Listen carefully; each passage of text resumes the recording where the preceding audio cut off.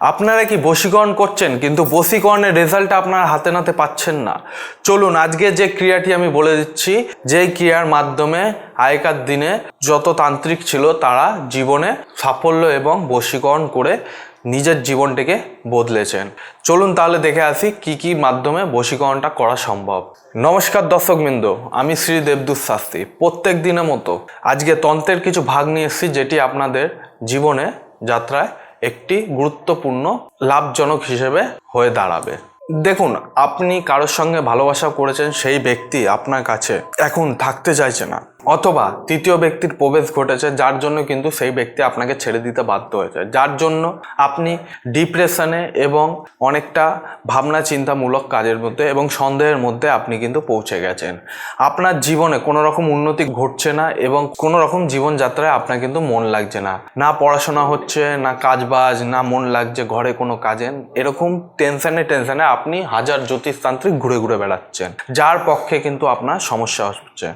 দেখুন, এই বশীকরণটি আপনি কোন কোন জায়গায় করতে পারবেন। দেখুন, বস এবং এমপ্লয়ের মধ্যে একটা ভালো সম্পর্ক তৈরি আপনি করতে পারবেন এই বশীকরণের মাধ্যমে, এবং স্বামী স্ত্রীর মধ্যে কোনো তৃতীয় ব্যক্তি বা স্বামী বা স্ত্রীকে ছেড়ে দিয়েছে বা ডিভোর্স দিয়েছে, আপনি তাকেও ফিরিয়ে আনতে পারবেন এই তন্ত্রক্রিয়ার মাধ্যমে।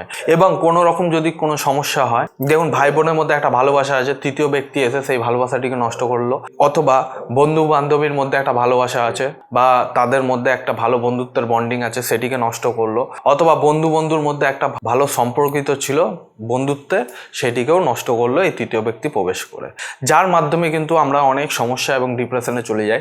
ছেলে এবং মেয়ে দুজনে কিন্তু সারা জীবন কাঁদতে থাকে, যার জন্য কিন্তু সমস্যার সমাধান পায় না।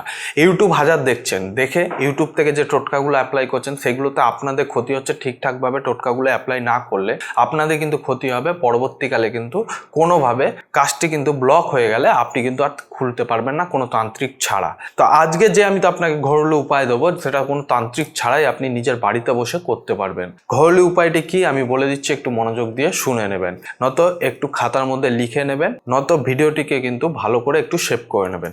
দেখুন, প্রথমত এইটি কিচ্ছু নেই, একটি মন্ত্র আছে যেটি আপনাকে 111 বার একটা রাত বসে আপনাকে লিখতে হবে। লিখে কাগজটিকে আপনাকে একটি কৌটোর মধ্যে বন্ধ করে দিতে হবে। বন্ধ যদি করে দিতে পারেন তাহলে সেই ব্যক্তি কিন্তু আপনার বশীকরণে বশ হয়ে যাবে। কাজটি কি আমি বলে দিচ্ছি।